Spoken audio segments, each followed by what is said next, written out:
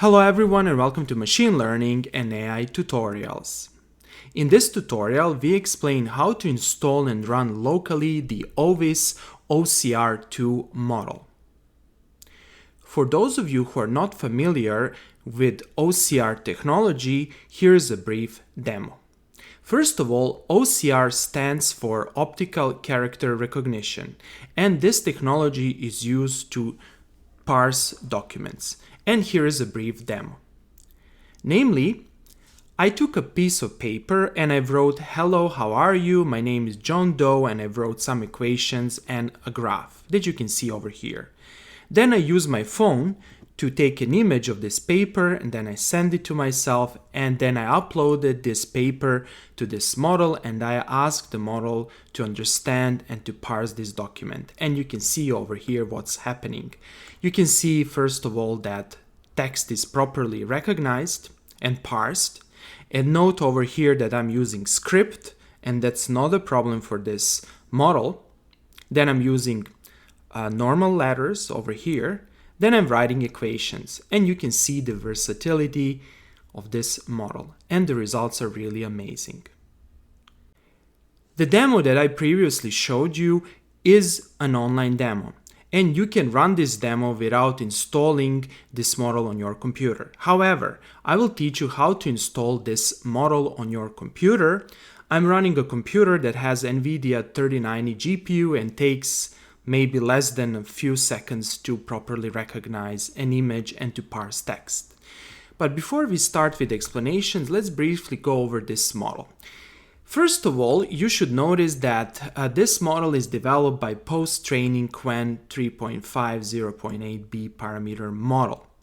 Then another very important thing is that according to the authors of this model has the best performance.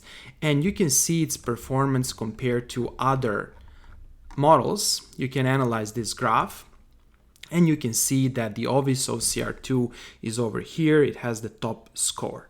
Of course, you can use other models such as GPT, Qwen, Gemini for text recognition, for document parsing. However, if we want to believe the authors, this model has the highest score. And furthermore, it's completely free and you can install it and run it on your local computer. Okay, let's start with installation. First of all, click here and open a terminal.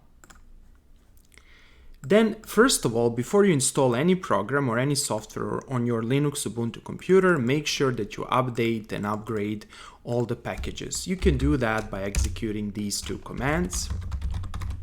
Enter your password and wait until everything is updated and upgraded. Next, let's make sure that you have Python in your system by running this command. And then notice over here the version of Python. Next, I will install the command for creating Python virtual environments. This is what you need to write, and over here make sure that the version matches your Python version. And then press enter. Then let's create our folder. Go to the home folder and then create a folder. I will call it as test model. Then I will navigate to this folder, and inside of this folder I'm going to create a Python virtual environment.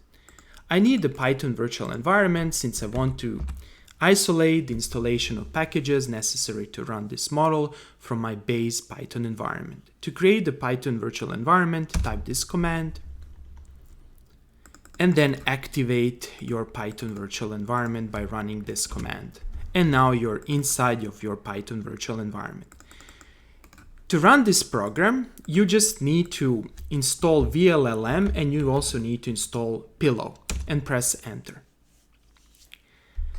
However, if you now go back to the website and if you copy the test code given over here, you will have an issue.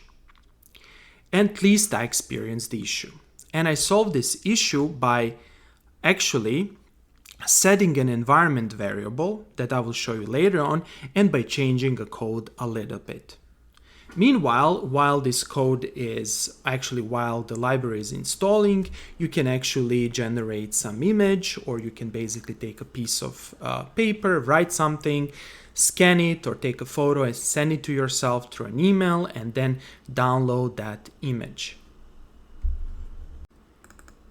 Here is my test image, and I will copy this image to my workspace folder. So I will do Ctrl+C, then I will go to Home, I will find test model folder, and I will paste it over here.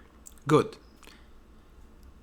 The program is still actually the libraries are still installing, and then we need to wait for a while. After the libraries are installed, we need to create the test code. To do that, I'm going to use Visual Studio Code. However, you can use any Python editor. If you want to learn how to install a Visual Studio Code editor on your local Linux Ubuntu computer, then on my YouTube page you have a video explaining how to do that. Just search VS Code Linux Ubuntu. I can start Visual Studio Code like this. And over here I will create a new file, and I will call the file as testmodel.py. Okay, I will save it in the workspace folder. Then what I will do next, I will go to the model website. You can simply Google OvisOCR2, and then over here I will simply copy this code, go to my Visual Studio Code and paste the code. However, I need to do several modifications. As I mentioned previously, I had issues to run this code. The solution was to add these two lines at the beginning of this code. So let me add, and you can see the two lines.